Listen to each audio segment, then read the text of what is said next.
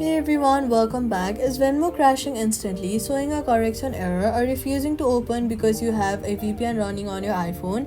Here's the 20-second fix from settings. Venmo automatically blocks connections from VPN addresses as a fraud and security measure.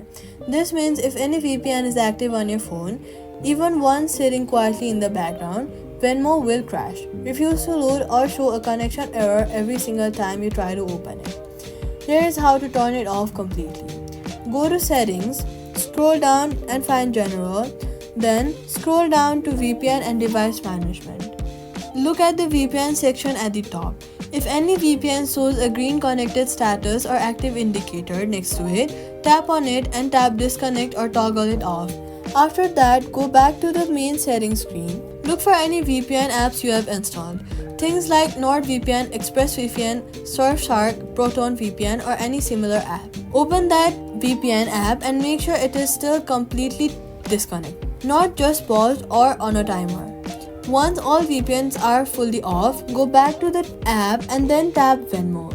It will open and then connect normally.